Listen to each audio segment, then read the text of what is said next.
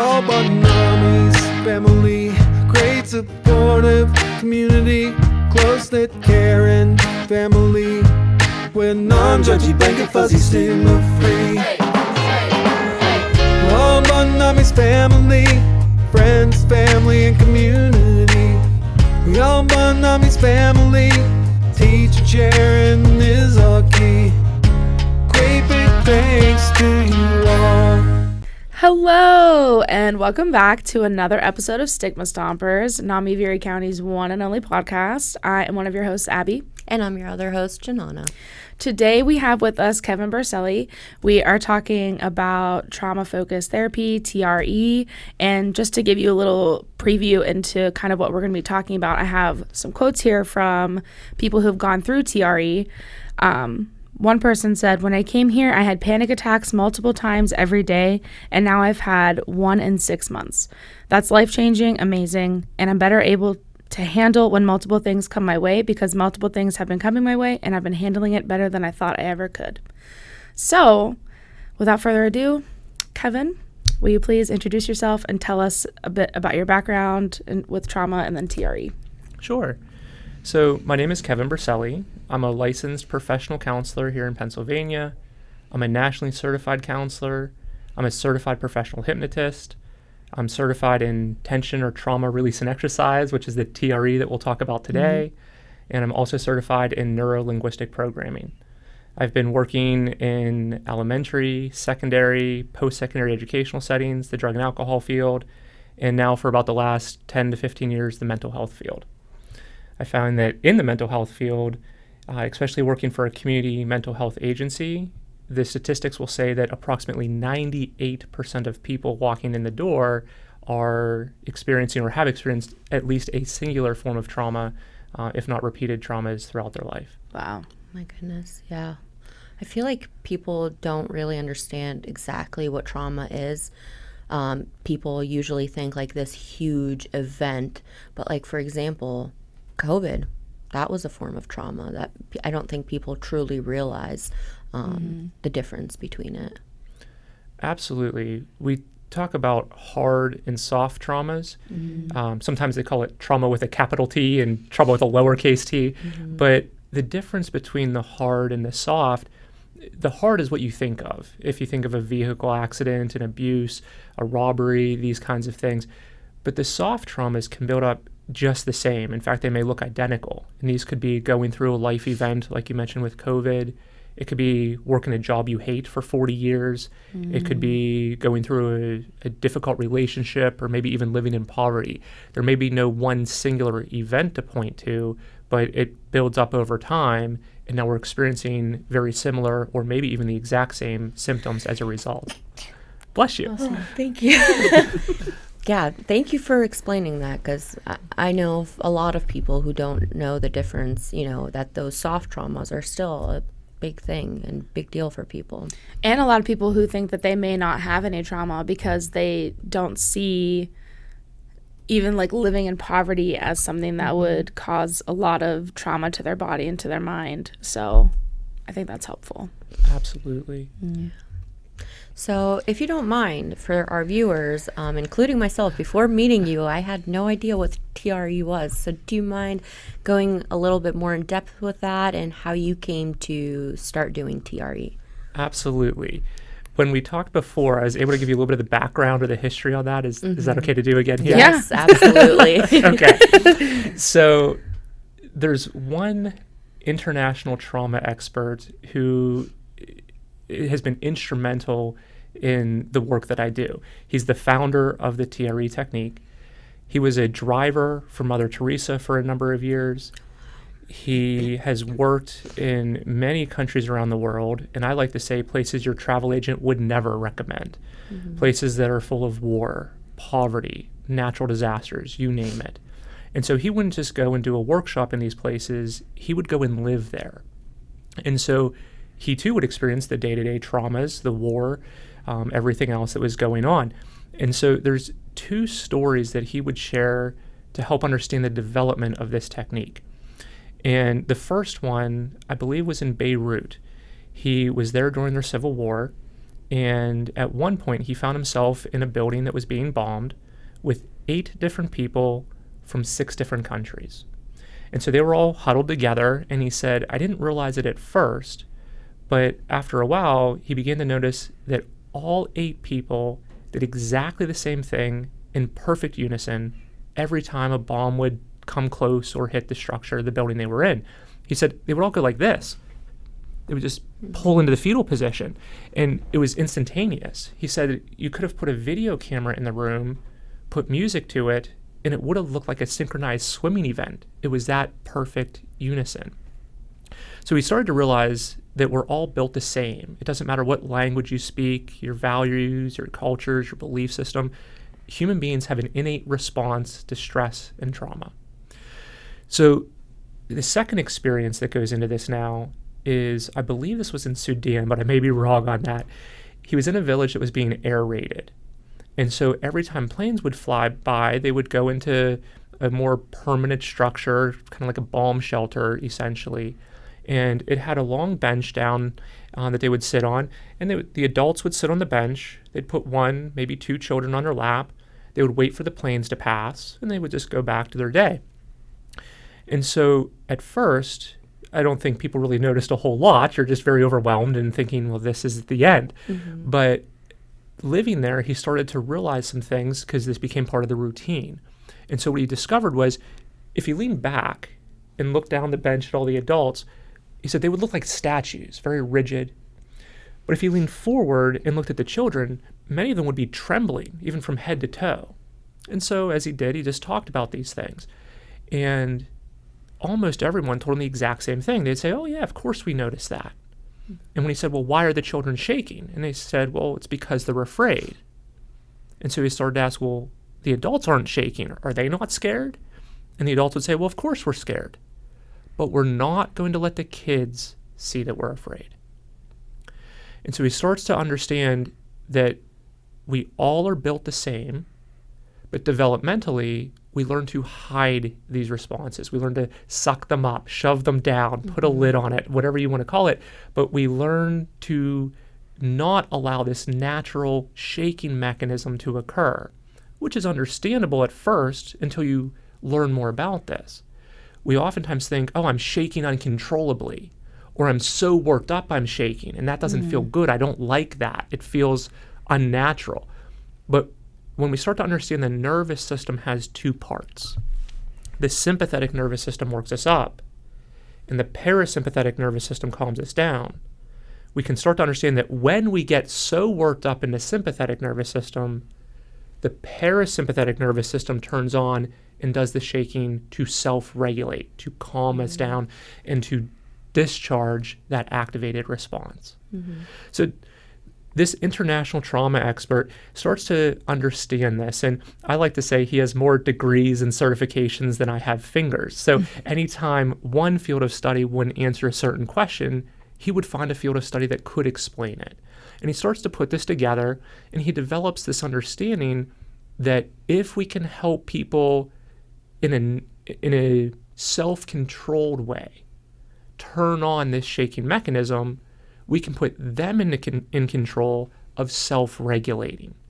And so his technique now has gone on to be identified by the Defense Centers of Excellence, started in 2011, studied by the VA, I believe, between 2015 and 18. There's actually current research at a psychiatric hospital being done that's including fMRI brain imaging, which is really great to see. And this one person, this international trauma expert, happens to be my uncle. And so I like to say, if it wasn't for that awareness through that connection, I wouldn't have been able to go get trained and certified in this technique. And it may not be here in Erie for, I don't know, another 50 years or so. So I'm very proud to be aware of the work he's done, which I didn't know until I was 2 years into my career, by the way, what he actually did. But I'm very proud to be part of this work and bringing it to folks locally here. Yeah, I love that. Yeah. Thank you so much for sharing. I mean, when we think about it, you do have those natural responses when you're scared, you know, like you said, you're shaking and things like that. But I don't think we ever think about, at least I haven't thought about the fact that, you know, that's your body releasing that trauma. Yeah, and if someone's in a vehicle accident and they get out of the vehicle and they start trembling, that's very clear to say, okay, there's something going on there and it's related to this stress or this trauma. One of the things that may go a little bit more unnoticed or fly under the radar that's very common for us is we sit around and we have our leg bounce. It's a very typical response that people get all the time, and they either say, oh, that's my nerves, I'm stressed, or, oh, it doesn't bother me. In fact, I didn't even realize I was doing it. They might even say it was helping me focus. And so we start to recognize that it can engage the shaking mechanism at these worked up times, but it's because it's attempting to self-regulate and calm us back down, or it can turn on at times where we are more calm or more natural because it's saying, hey, you're holding on to a lot. Let me help you get that out, shake it off, let it go. Yeah, I love that. I find it very interesting that he was able to make these observations in such treacherous conditions. I don't know that I would be able to. I mean, I guess if the research was on the mind and that he knew he was there for that purpose, then maybe, but I just can't imagine looking around and making observations during like an air raid. Yeah. Now, in all fairness, this has been done probably over 40 years. Yeah. And TRE has been in a few different forms, but its current form, I'm not sure, but I'd say probably at least the last 20 years or so now, it's been unchanged in terms of the steps. But prior to that, I think a lot of it was exploration, attempts to understand what naturally occurs and how we can intentionally work to link to that. So it wasn't just all of a sudden one day, oh, that's how it works. Yeah. But I think through life experience and the willingness to be open to understanding, he's pure genius. That's one word. Yeah. Right? He's taken this thing that we all experience, that we all see, but we all just go, oh, put that off to the side. And he was able to do something very helpful for people around the world. TRE is actually, I believe, officially, I think in maybe 87 countries, unofficially in over 100. Wow. I think it's in 14 languages officially as well. So it's really gone from one man living in all these different populations and places around the world to being able to be sustained by the populations that live there. That's amazing. It's very cool. So does he go to other countries and train these individuals in TRE and help them out? How did it go so far to so many countries? Yeah, that's a great question. And I think it's very similar. Right before we started recording today, we were talking about our own career experiences. And I don't think that people necessarily set out to say, okay, this is exactly what I'm going to do. You just find yourself doing good work, and then you're on that path. So a lot of the work he's done has been out of necessity. People, companies, even countries would outreach and have a disaster, have a traumatizing event, and be looking for help. And so he would come in and then offer training and help get locals certified so that they could then continue the work even after he was no longer present. There's other places that would be more proactive, that would seek out the certification process, or even people that would come to him from around the world. I did my own training in Washington, D.C. and Arizona. And I remember in Arizona, I had still have a really good friend that I've met there from Indonesia. And so people come all over once they have their own experience or their own understanding, or realize the benefit they can bring from this type of work into their own settings. That's amazing. Yeah. So I know he's your uncle, but aside from that, what kind of sparked your interest in getting involved with trauma therapy and TRE specifically? So when I first started my mental health career about 10 or 15 years ago, I didn't understand, or I didn't realize that in community mental health, that statistic of 98% of people have experienced at least some form of trauma in their life. So when I began my career, I started and was very focused on what we call cognitive behavioral therapy. And so the premise of this is, if you talk about emotions, you'll feel better. Or if you increase your understanding in the structure, you can then create a specific outcome. And this works really well for lots of things. Unfortunately, if I'm having a panic attack and let's say you walk in the room and say, hey, Kevin, just calm down. My reply is not going to be, oh, that's genius. Why didn't I think of that? Yeah. And so we've known this. We all know this, therapist or not. And so I had an experience where I was about 2 years into my mental health career, and I was working with an individual who was full of rage. And I remember he was standing in the doorway to my office demonstrating how angry he was, and he had his arm cocked back like he was going to punch the door jamb, and he wasn't, and he was telling me I'm not going to. He was just so overwhelmed and saying, he's trying to express where he's at and what his feelings were, but it was very intense. And I remember in that moment thinking, there is nothing that I can tell this individual that's going to help actually change the way they're feeling. Mm-hmm. We might be able to manage it, put a lid on it, hold it back, but there was nothing that I could do in that moment that would just provide him some level of ease. But I remembered when I was, I think about 17, we actually had a family reunion. My uncle was around and he was developing TRE and introduced it to some family members. And I was like, sure, I'll do that. That sounds fun. And so I like to say a 17-year-old male, and as most of us are, we're angry at the world at that stage of life. Yeah. And so I remember having done TRE just that one time, and for about the next week, I had this sense of calmness, or times where I would normally be all fired up. I just realized that I wasn't. Mm-hmm. I was still me. I was still very much in control. I just realized I didn't have that intensity or that impulsivity behind it quite as much, and it was interesting to me. I didn't even know that was an option. Right. And after about a week or so, that kind of dwindled because I only did TRE that one time, and I never really thought about it much until later on.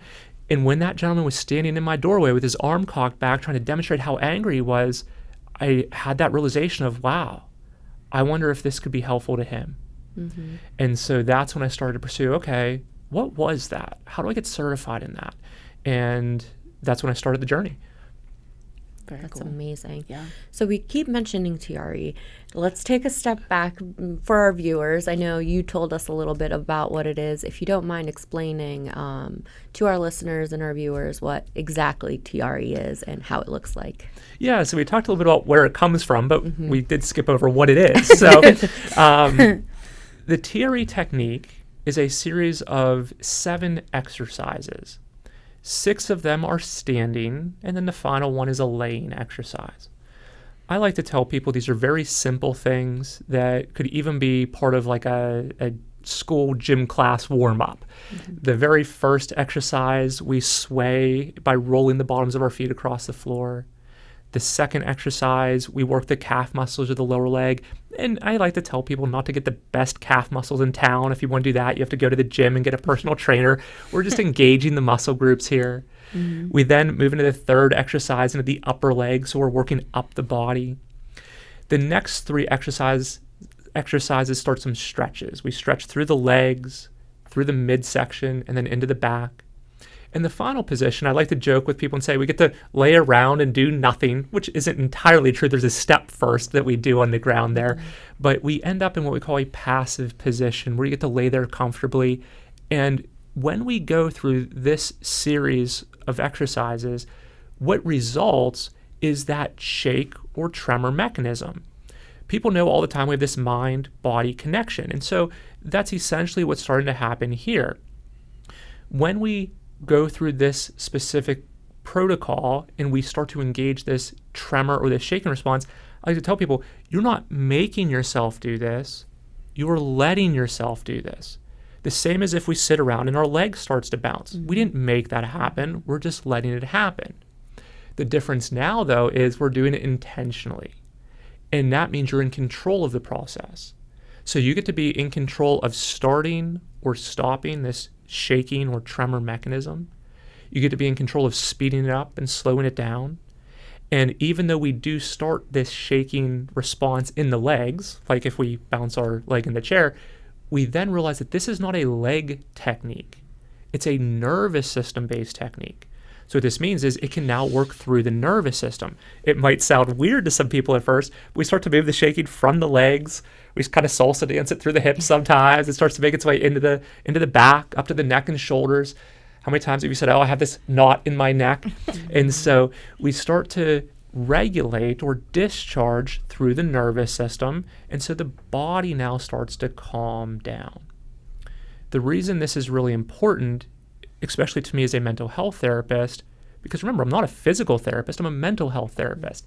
And the reason this becomes really important is because this mind-body communication that we have is what we call bidirectional. It goes both ways. So this is why you can think to hold your breath, or at some point, naturally you just might let out a big sigh. So this communication goes both ways. It goes through what we call the triune brain. This was identified, I believe, in the 60s by a gentleman named Paul MacLean. He identified that if you look at the brain structure, and triune meaning 3 parts, our initial response to something, if you hear loud noise, big bang, that first thing that's going to happen is you're going to startle. And that comes from your nervous system, or what they call the brain stem. That's the lowermost part. I like to think of like a lollipop stick. If you then think of the lollipop that would surround the top of that, it's now the emotional center. And so once you hear that loud noise and you startle, you can then have the emotional response. You can get nervous or excited or whatever else from there. And then the lollipop wrapper, this is now our cortex. This is where we do our thinking. This can allow you to explain to somebody or understand yourself why you had that emotional response or why you physically acted the way you did. So if we start to understand this tremor mechanism is coming from the brain stem, that lollipop stick, the communication can go either bottom up, from body to emotions to mind, or top down, which is most cognitive therapy. If we talk about emotion, we'll feel better. And I believe when we had talked last week, I asked you to give me a guess for what percentage or which one was bigger. Do you remember this? Yes. Okay. Yes, I do. Do you remember what your guess was? Yes, I thought it was more cognitive down, I'm pretty sure, right? Yes. So you said, so. okay, majority of this is going to be what we call that top down, thinking controlled. Do you remember what percentage your guess was? I can't remember. Was it like 60, 70? Yeah, it was up there. Yeah, it was pretty high. So majority of the control from top down. What we actually find, though, is 80% of this brain-body communication goes bottom up, from body to mind. And again, that's why we can't tell someone having a panic attack to just calm down. And so now if we make this link to the TRE technique and this tremor mechanism and how this connects to therapy now, a lot of people that enter therapy enter that because they say, hey, not only am I having problems sleeping or having panic attacks, this problem in my body, but I also have this emotional difficulty, anger, anxiety, depression, fear, or even this problem in my mind, my concentration, my focus, racing thoughts, you name it, negative thoughts, suicidal thoughts.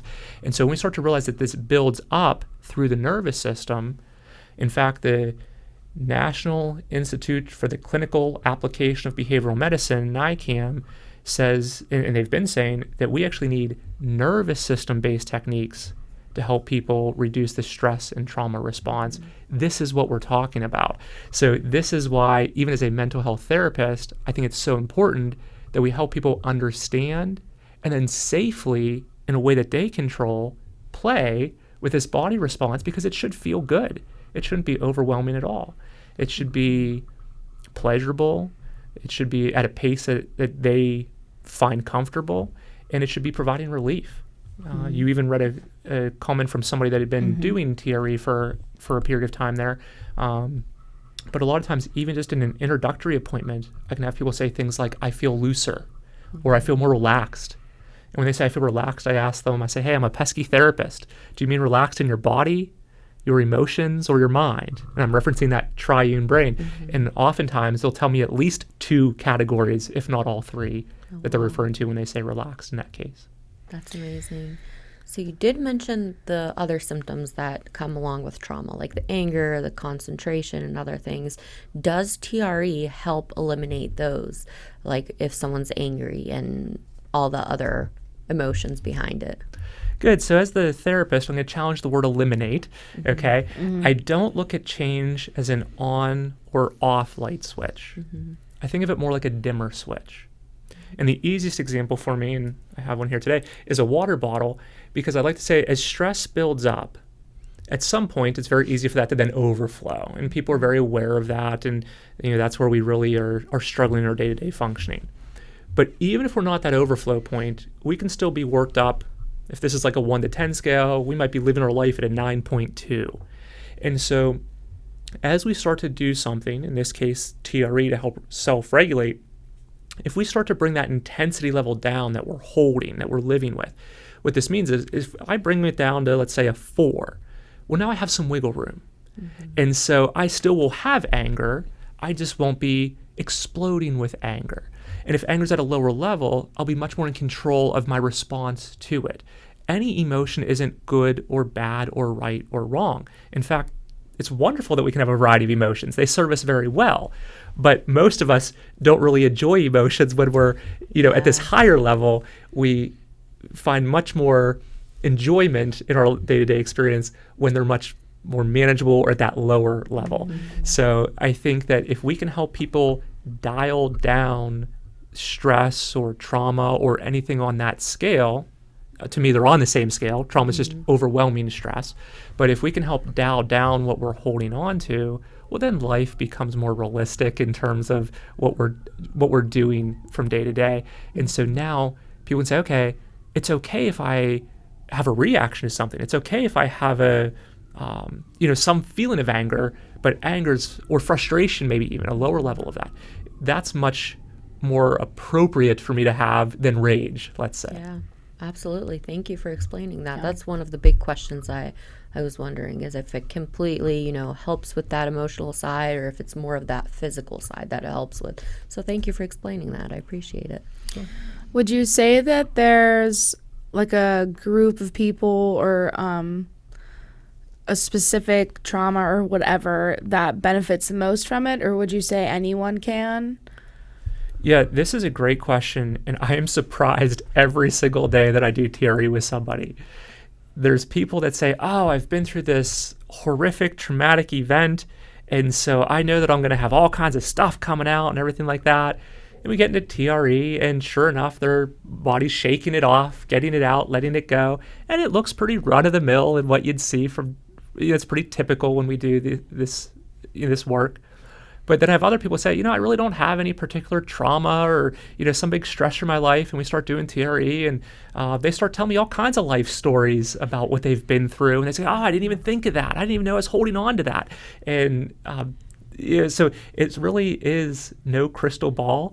But we find that anybody can, for the most part, as long as it's appropriate for them to participate in the steps at that time. We like to say there's no one thing that works for all people all of the time.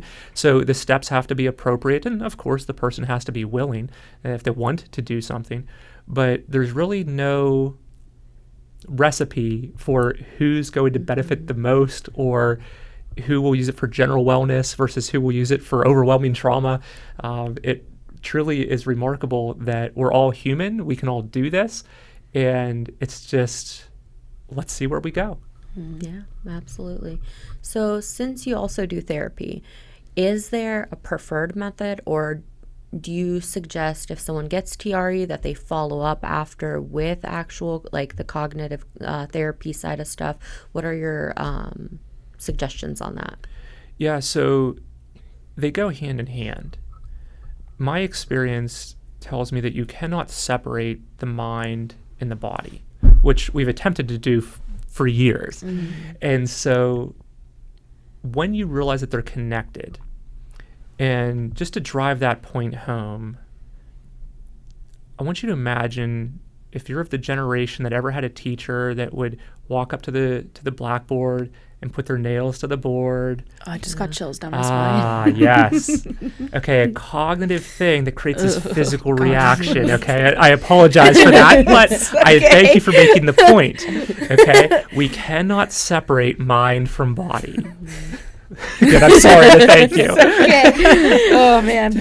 Okay, now if that's the kind of cringe that we get just from thinking about nails on the chalkboard. What kind of body response do you think people get as they think about their life experiences or as they live through their life experiences? We cannot, if we can get that big of a reaction years later for the nails on the blackboard, just imagine how big that cringe is from something that we would actually identify as stressful or traumatic or overwhelming in our life. And so knowing that you cannot separate these, what I find starts to happen, and I don't think I'm alone in this, I think many TRE providers find this, is when you start doing TRE work with somebody, even though they end up laying on a passive position on the floor on a nice thick yoga mat, for example, and they're laying there shaking it off and they feel very relaxed and calm in their body, their emotions, their mind. The next thing that typically starts to happen is they say, can I tell you about? And now all of a sudden you're doing cognitive therapy over something that they might have avoided traditional therapy on for maybe even decades. And so they'll start to tell you about these things. And the way we like to explain this in the TRE community is we say they're now sharing with you a memory, not an activating event. And so once you help the body calm down, the nervous system calm down, people want to connect over their life experiences. We're social creatures. And so now you're just naturally incorporating the cognitive therapy through the body-based work. Unfortunately, though, if we were to attempt to go the other way in many cases, what we find is if we go to talk about something that's overwhelming, the only option for individuals is to get overwhelmed. And so if from the very first step you identify a pretty significant barrier, the result usually then is that somebody would drop out of therapy, stop coming to see you, or both the therapist and the person seeking therapy may then have any form of discussion they can around it or managing it, but not necessarily changing it. So I find that if we can support people in that calming down response, which I think TRE just works very, very well for, we then end up doing cognitive therapy as a result in that work. That's such a good point, because I know a lot of people, including myself, where you avoid talking about that trauma.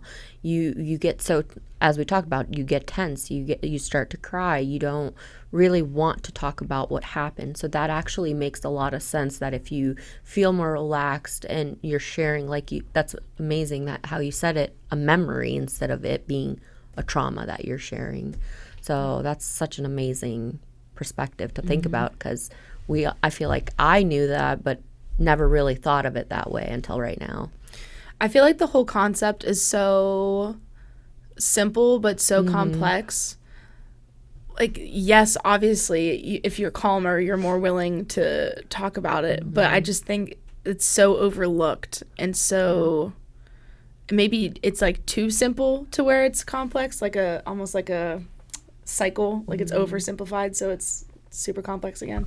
I don't know. It's just really fascinating. I agree with you 100%. And I'm very visual. I talk with my hands as well. So for those of you watching the recording, I'll say this is very simple yet complex all at the same time. So I use that exact same phrase. Yes. Yeah, absolutely.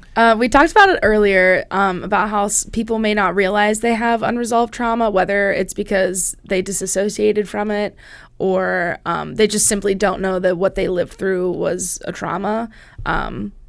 What are some signs of trauma in individuals for someone who may have unresolved trauma, something that they might start to notice if you point it out? Yeah, so a lot of times these are things that we know, and whether it's consciously or subconsciously, and like I said, as soon as somebody points it out, it's usually no surprise to us. Someone says, wow, have you not been sleeping well? And we go, oh, no, I haven't slept good in years. Or if they say, oh, man, your leg's really bouncing there. They say, oh, yeah, I never sit still. We'll have a lot of people, too, even my own life experience. If somebody you're having a conversation with and it's getting a little heated, and all of a sudden they say, stop yelling. And you reply, I'm not yelling. And as you say that, you realize that you're yelling. So there's always signs, and I think we know. In fact, even when it comes to substance use, we say things like self-medicating. This is no shock to a lot of people. In fact, they'll tell you, no, I use that to get away from or to stop a certain experience or to attempt to stop a certain experience from happening. But unfortunately, I call it playing whack-a-mole, if you've ever played that game at a county fair or amusement park somewhere. Even if you try to shove something down but not resolve it, not change it, it's just going to pop back up somewhere else and usually in multiple places in our life. So when you start feeling like you're playing whack-a-mole in your life, when you start having these experiences where you know it's just not going right, there's something uncomfortable, or you start to realize, I haven't slept well forever, or I can't focus on things, I'm just so overwhelmed, and that focus comes back to the body. If you think of a seesaw, where one side goes up, the other side comes down, on that triune brain, the cortex and the brainstem, the mind and body are like on two different ends of this seesaw. So when you're overly activating your nervous system, this is why the thinking response goes down. So this is why people only seem to forget where they place their keys when they're running late, right? The more activated you are, the more difficult that focus becomes. So if you think of a lot of game shows on television, they have this pressure, right? This lots of drama or, something to help make it a little bit more difficult for contestants, but the people watching at home can recall some of the answers a little bit easier than the one in the moment on the screen. I never thought of that either. I get so angry at game shows because it seems like that's such an easy answer, but I guess the pressure, that's interesting. Yeah. That's a new perspective. No, absolutely. I've never thought of it that way. So do you think that TRE is not so well known because of stigma still surrounding the mental health side of things? So people don't want to talk about the trauma, don't want to talk about what they're going through, or just mental health in general? Yeah, so this is actually a tricky question. Stigma around mental health and treatment services has really shifted over the years, especially recently. And initially, a lot of people would not seek services because of the stigma associated with mental health. One of the challenges that I face currently is that a lot of times the stigma that I find I'm working with is somebody says, no, I have this diagnosis and these symptoms cannot be changed. I cannot do anything about them. And so it's kind of like this reverse stigma in a way. And we first have to give some what we call psychoeducation. We have to help understand if I'm having a nervous system response, or if I'm living in this overcharged state, and if there are some steps that I can follow to help regulate that. Again, we're not saying this is an on or off light switch that things just disappear. There's no magic wand in life. But if we can start to reduce the symptoms that we're having, it's life-changing for people. So the stigma around mental health could be one thing. The stigma around someone having ownership of a certain diagnosis can be another. The stigma around being able to change some symptoms or the experience can be another. And even among colleagues, a stigma can be just like one of our previous questions about how does this body-based TRE work link to cognitive-based therapy. Again, they're connected. They're not two separate things. And so a lot of times, unfortunately, even mental health professionals might look at TRE and say, okay, well, that's not therapy. But when I have someone going through the TRE process, one example I think I shared with you folks when we had met previously was I had someone who was having 10 to 15 seizures every single day for over a year. And they were even hospitalized for this, I think, on numerous occasions. They were referred to me to do some TRE work, and once we started doing that, they did have a diagnosis of focal seizure epilepsy, so they still will have seizures throughout their whole life. Again, think of that light switch. It's not just going to go away. But as we did our TRE work, not only did the amount of seizures and the frequency, intensity, duration of them really start to reduce dramatically, they also then were laying on the yoga mat, shaking it off, and they started telling me about a life experience of when they were a child, and someone had tried to kill them. Oh, wow. And so this was something that hadn't come up in their year or years of seeking other services for these overactivated seizure responses. And so did TRE directly impact the seizures? I'm not a doctor. I don't have any medical training. I have no idea if or how any of that connects or how it doesn't. But what I do believe to be true is as we reduce the stress response for this individual, that just happened to be a positive side effect. And so they will still have seizures, having a seizure disorder, but they could now actually live their life instead of just responding to seizures all day long, every day. They could now participate in other activities. Yeah, that's amazing. One of my questions was going to be about a success story that you've had, so that's amazing that you share that too. I mean, living with seizures that many a day had to have been extremely difficult. So to be able to reduce That's a trauma in itself. Yeah, that's true. I want to read some more of these testimonials from some of the people you worked with. I feel centered, calm, collected, relief even. This is peaceful for my mind and just calming my body. It gives me peace of mind. I don't think I could even concentrate, but I can actually concentrate for once, and I feel lighter, like I'm walking on a cloud almost. I have less tension in my neck and shoulders and my hips. I haven't felt like this in a long time. I now have a coping skill to concentrate and relax. This one, I'm not going to lie, I haven't been doing it every day. I've done it maybe once or twice this week for about 45 minutes. I'm a lot less jumpy. I'm sleeping. That's big. I only woke up once or twice this week from nightmares, and that was multiple times a night, every night. It's the TRE. I haven't changed anything else. And I can talk about things easier now. It doesn't bring up the same feelings. I don't get overwhelmed and shut down to where I can't talk about things. So that's just a couple of them, but this is changing people's lives. So it's just really cool that such a simple thing, but put into practice, it does so much. So it's really cool. I'm glad it's in Erie also. Yeah, especially with us being such a small town, it's incredible to have it here. Yeah. So for individuals who want to seek TRE, do you accept insurance? Where can they go? How does that whole process go to get TRE?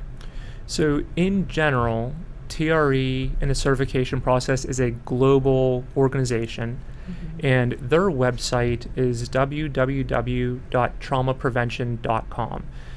I believe they sort out certified providers by country and state and different things like that. So people can find access to resources and research and providers and things of that nature through the global organization there. Locally, I privately offer TRE through resetstress.com, and then with publicly assisted insurances, I work through Stairways Behavioral Health. So there are some different options for people depending on what they may be interested in or looking for, what's comfortable for them. Yeah, awesome. Thank you so much for sharing that. Thank you. Do you have any advice for individuals who might be struggling but afraid to take that next step to get help, whether that be trauma or just mental health in general? Yeah, so we only do what we want to do. So if we're not seeking help, it doesn't mean that we don't want it. It means that there might be a speed bump, something getting in the way. And so if we can identify what that speed bump is, well, then we can start to find a solution to it pretty quickly. So for example, if someone says, I don't want to go see a therapist because I'm overwhelmed, whether they know exactly what it's from or whether they have no idea what it's from, they might say, hey, on either end of that, I don't want to go see a therapist because I don't want to talk about what's overwhelming me. Or I don't want to go see a therapist because I don't know what this is coming from. I don't understand why this is happening. And so if we can identify any of those barriers and those speed bumps, it's okay. Well, let's start to find out what we do want to work on or what we do want to change or what we do want to have help with. People even say things like, I go for a walk to clear my mind. And so going for a walk, joining a yoga class, or doing some TRE as a component of your therapy, these are all very different things, but they're all linked. It's, there's this mind-body connection. And so whether someone is doing TRE to help address panic attacks or go in for a walk to clear their mind. It doesn't matter the level that you decide to engage in or participate at, get the ball rolling. And so if you can find whatever you control, whatever you're choosing to do, whatever is safe and comfortable for you, once you take that step, the next one's easier. And the one after that's even easier. And then you start to get better and better. And so the advice I would have is you just need to start. And no matter what it is, going for the walk or seeking out TRE or something in between, but just getting that ball started. And people can do it with you. You can go for a walk by yourself. You can do it on your own. You can have a support, help you schedule an appointment. You can schedule it yourself. And so no matter what you do, you have tons of options. So much of trauma is I can't because we're overwhelmed. And so as soon as you start finding those things that get you back into I can, boy, does the world start to change. Yeah. Absolutely. Thank you so much. Yeah. Well, is there anything else you would like to share with listeners, or anything if there's like one thing you would want them to take away from everything we've talked about, what would that be? So I would be remiss if I didn't mention what's called the Adverse Childhood Experience Study. Do we have a few minutes for this? Yes. Oh, absolutely. Yeah. Okay. So the adverse childhood experience, adverse meaning bad things we've been through here, right? And so this is a study that was done in 1997. They call it the ACE study for short. And I think it's been dubbed the largest public health study you've never heard of, which is really unfortunate because the statistics are mind-blowing. What they did was they asked people 10 yes/no questions, and they were about abuse, neglect, or family dysfunction that you may have experienced between the age of birth and 18.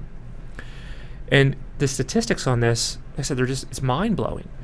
They found that if people answered yes to 4 out of these 10 questions, they were 50% more likely to have a learning or behavior problem as a child.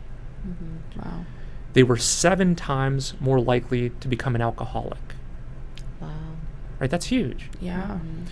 They, if they were male, the rate of depression then jumped to 35%. And if they're female, the rate of depression jumped to 66%. Jeez. Where I believe in the general population, I want to say it's about 12%, but please don't quote me on that part there. If we up the ante even more, though, if we looked at people who answered yes to 6 or more of these questions, the rate of IV drug use increases by 4,600%. Oh, wow. Someone having a self-acknowledged suicide attempt increases by 5,000%. And so there's what we call correlation and causation. You can't say that just because something lines up that it caused it. But when you're looking at statistics like this, this is really hard to ignore. Yeah. At 6 questions, at 6 yeses out of 10, someone is now 15% more likely to be suffering from one of the 10 leading causes of death in the United States, which are physical health conditions. Think of like respiratory, heart conditions, things like this. And they're also twice as likely to suffer from cancer. So as soon as, right? Wow. Yeah. And so as soon as you start to realize the connection that our life experiences have to what we experience in life, right? It seems so simple, yet it's so complex. You start to really just say, wow, and shake your head. In fact, there was a psychiatrist who really understood this. He's a world-renowned trauma expert as well. His name is Dr. Bessel van der Kolk. And more than a decade ago, in 2014, he was so frustrated that the system does what we call pathologizes problems. So it says, oh, you have this symptom, that's part of the problem. Oh, you have this diagnosis, that's unchangeable. And we ignored the fact of how many people experience stress and trauma in their lives and the impact that it's had, even though this study from a quarter of a century ago gives us these astounding percentages. And so he wrote this book, and he titled it, The Body Keeps the Score. Most people, no offense to the mental health field, but most people don't read books that psychiatrists write, at least not a ton. And this book became a New York Times bestseller for 141 weeks. Wow. 27 of those weeks, I believe, it was in the #1 slot. And so his book was written in such a way that he called out these discrepancies, he published the information from the research, and it was readable. It was just in an everyday language that people would say, I connect with this. That makes sense to me. This is what I'm experiencing. Or there's a path to recovery here. And so, unfortunately, I do have even people that I meet in the mental health field who have been telling me for 10 years they've been meaning to read this book. And they say, oh, it's, I haven't got to it yet. And 10 years later, they still haven't taken the step to make this connection with the research and practice. And so if there's one thing that I can have people take away from, one of the sayings that I like to share with people all the time is I say, we are human, not broken. Yeah. We are designed to get worked up. We're also designed to calm back down.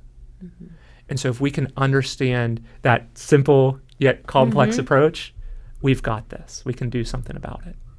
I love that. Yeah. Thank you so much, Kevin. We truly, it's always a pleasure.